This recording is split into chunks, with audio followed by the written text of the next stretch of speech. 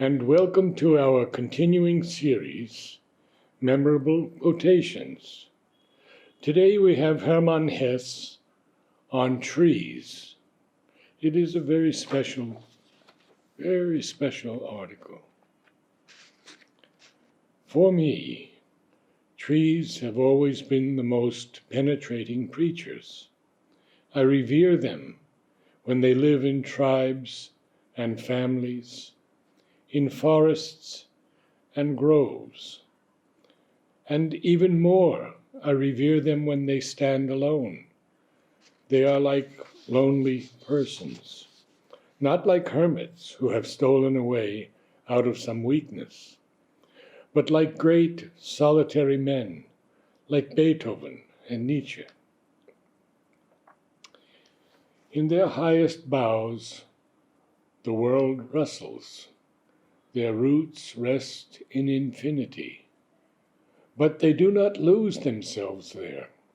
They struggle with all the force of their lives for one thing only: to fulfill themselves according to their own laws, to build up their form, to represent themselves. Nothing is holier, nothing is more exemplary than a beautiful, strong tree. When a tree is cut down and reveals its naked death wound to the sun, one can read its whole history in the luminous, inscribed disk of its trunk, in the rings of its years, its scars, all the struggle, all the suffering, all the sickness, all the happiness and prosperity stand truly written. The narrow years and the luxurious years, the attacks withstood, the storms endured. And every young farm boy knows that the hardest and noblest wood has the narrowest rings, that high on the mountains and in continuing danger, the most indestructible, the strongest, the ideal trees grow. Trees are sanctuaries. Whoever knows how to speak to them, whoever knows how to listen to them, can learn the truth. They do not preach learning and precepts. They preach, undeterred by particulars, the ancient law of life. A tree says, "A kernel is hidden in me, a spark, a thought. I am life from eternal life. The attempt and the risk that the Eternal Mother took with me is unique.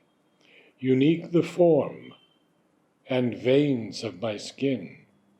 Unique the smallest play of leaves in my branches and the smallest scar on my bark. I was made to form and reveal the eternal in my smallest special detail." A tree says, "My strength is trust. I know nothing about my fathers. I know nothing about the 1,000 children that every year spring out of me. I live out the secret of my seed to the very end. And I care for nothing else. I trust that God is in me. I trust that my labor is holy. Out of this trust I live."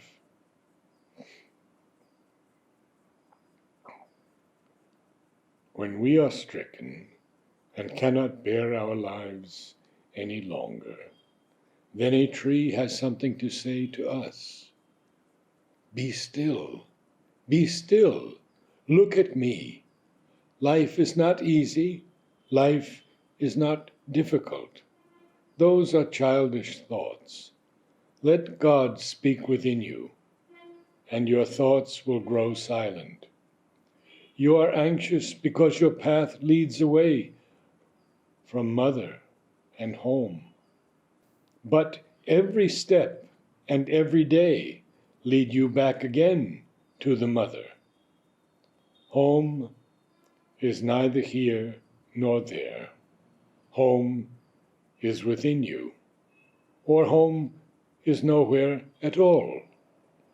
A longing to wander tears my heart. When I hear trees rustling in the wind at evening, if one listens to them silently for a long time, this longing reveals its kernel, its meaning. It is not so much a matter of escaping from one's suffering, though it may seem to be so. It is a longing for home, for a memory of the mother, for new metaphors for life. It leads home.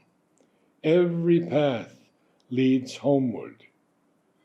Every step is birth. Every step is death. Every grave is mother. So the tree rustles in the evening, when we stand uneasy before our own childish thoughts.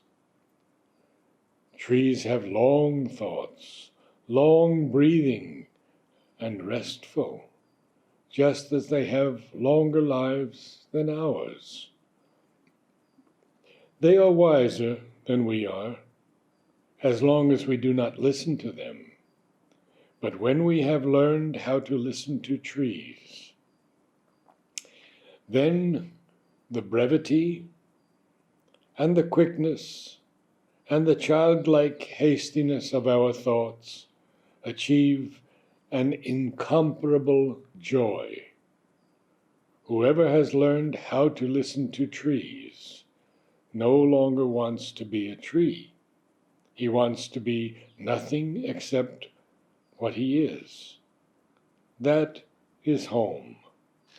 That is happiness.